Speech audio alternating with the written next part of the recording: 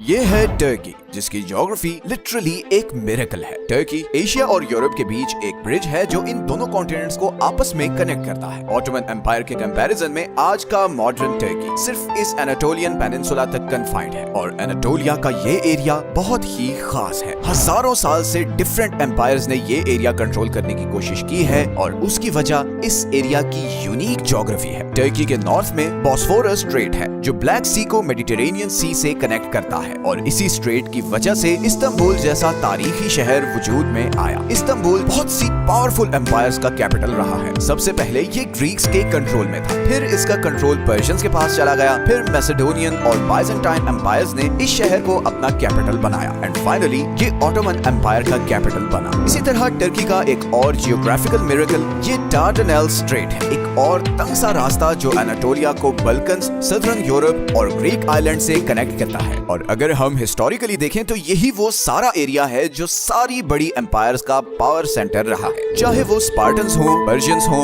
Romans हो या फिर ऑटोमन एम्पायर हो। और इसकी वजह यही है कि एनाटोलिया दुनिया के ये दो समुद्री चोक पॉइंट्स कंट्रोल करता है। लेकिन ये दो स्ट्रेट्स तो सिर्फ एक एस्पेक्ट है। टर्की की ज्योग्राफी के बारे में ऐसे अमेजिंग फैक्ट्स हैं जिनको सुनकर आप हैरान रह जाएंगे। आज से लाखों साल पहले यूरेशियन और एनाटोलियन प्लेट्स के टकराने से नॉर्थ एनाटोलियन फॉल्ट लाइन बनी और इसी फॉल्ट लाइन ने यहाँ पर ऐसे जियोग्राफिकल वंडर्स क्रिएट किए जो शायद पूरी दुनिया में और कहीं नहीं। फॉर एग्जाम्पल टर्की की नॉर्दर्न साइड पर ये पॉन्टेक माउंटेन रेंज है जिसकी हाइट 4000 मीटर है और इसी माउंटेन रेंज की वजह से टर्की का सबसे फर्टाइल एरिया भी इधर नॉर्थ में ही है। अब सरप्राइजिंग बात यह है कि करीबन 70% टर्की गर्म और खुश्क है, स्पेशली ये सारी सदर्न साइड जो मिडिल ईस्ट को टच करती है। टर्की की ज्यादातर पॉपुलेशन इधर इस्तांबुल, इजमीर, बर्सा, अंटालिया और अंकारा जैसे शहरों में रहती है जो इधर वेस्टर्न साइड पर है। और इसकी वजह भी यही है कि टर्की की वेस्टर्न और नॉर्दर्न साइड फर्टाइल है और यहाँ पर मौसम भी ठंडा है। इस मौसम और फर्टिलिटी की वजह ये है कि इधर ब्लैक सी में जब वाटर एवेपोरेट होता है और बादल बनकर जब वो इधर पॉन्टेक माउंटेन रेंज पर आते हैं तो वो इन 4000 मीटर ऊंचे पहाड़ों को क्रॉस नहीं कर पाते और वो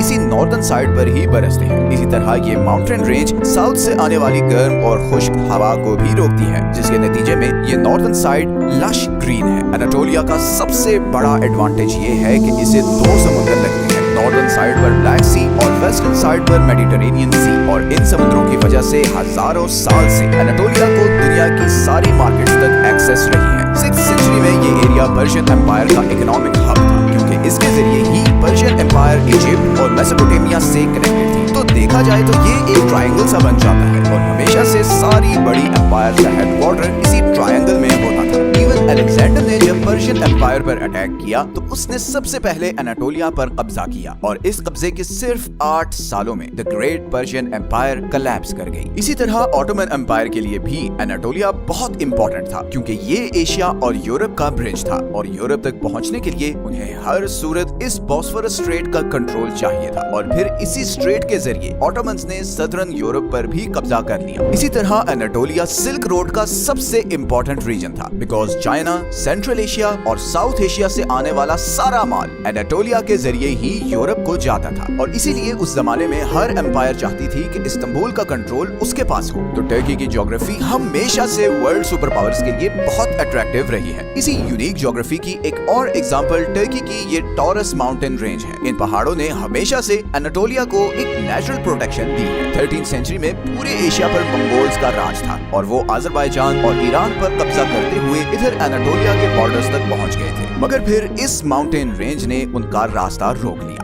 ये इतना मुश्किल रास्ता था कि मंगोलों को अजरबैजान से एरज़ोरम तक पहुंचते पहुंचते 10 साल लग गए। हालांकि ये सिर्फ 570 किलोमीटर का रास्ता है। इसके कंपैरिजन में जब मंगोल्स ने यूरोप पर अटैक किया तो इस 6000 किलोमीटर के एरिया को क्रॉस करने में उन्हें सिर्फ 5 साल लगे। इससे पता चलता है कि इस माउंटेन रेंज को क्रॉस करना कितना मुश्किल काम है। यही वजह है कि आज भी टर्की की ये सारी ईस्टर्न साइड इकोनॉमिकली और इंफ्रास्ट्रक्चर वाइज वेस्टर्न साइड से बहुत पीछे है और फिर यहाँ पर वैसे भी ज्यादातर कुर्दिश लोग रहते हैं। कुर्द टर्की की टोटल पॉपुलेशन का ऑलमोस्ट 15% है और ये सब टर्की की सदर्न और ईस्टर्न साइड पर रहते हैं और सिर्फ टर्की ही नहीं बल्कि नॉर्दर्न सीरिया, नॉर्दर्न इराक और वेस्टर्न इराक के बीच तकरीबन 3 से 4 करोड़ कुर्द रहते हैं। कुर्द दुनिया की वो सबसे बड़ी नेशनैलिटी हैं जिनका खुद का कोई कंट्री नहीं, और इसीलिए हर कुछ टाइम बाद कुर्द लोगों ने कोशिश की कि वो इस एरिया पर अपना एक कंट्री बनाएं जिसका नाम कुर्दिस्तान हो। मगर ऐसी सारी एफर्ट्स को टर्की, सीरिया, इराक और ईरान ने हमेशा से बड़ी सख्ती से दबाने की कोशिश की है, जिसके जवाब में कुर्दिश लोगों ने अपनी मिलिटेंट ऑर्गेनाइजेशंस बनाई जो पिछले कुछ सालों से टर्की और सीरिया में ऐसी एक्टिविटीज कर रहे हैं जिससे गवर्नमेंट को प्रेशराइज किया जा सके। तो टर्की के लिए ये ईस्टर्न साइड जहां एक नेचुरल प्रोटेक्शन है, वहीं एक कांस्टेंट सर दर्द भी है। इसी तरह टर्की का एक और जियोग्राफिकल मिरेकल टिग्रिस और यूफ्रेट्स रिवर है, जो इन पहाड़ों से निकलते हैं और सीरिया, इराक और ईरान को जाते हैं। ऑटोमन एम्पायर इन्हीं 2 दरियाओं के जरिए एनाटोलिया से बाकी एरियाज तक चीजें ट्रांसपोर्ट किया करती थी। लेकिन यही 2 रिवर्स आजकल टर्की, सीरिया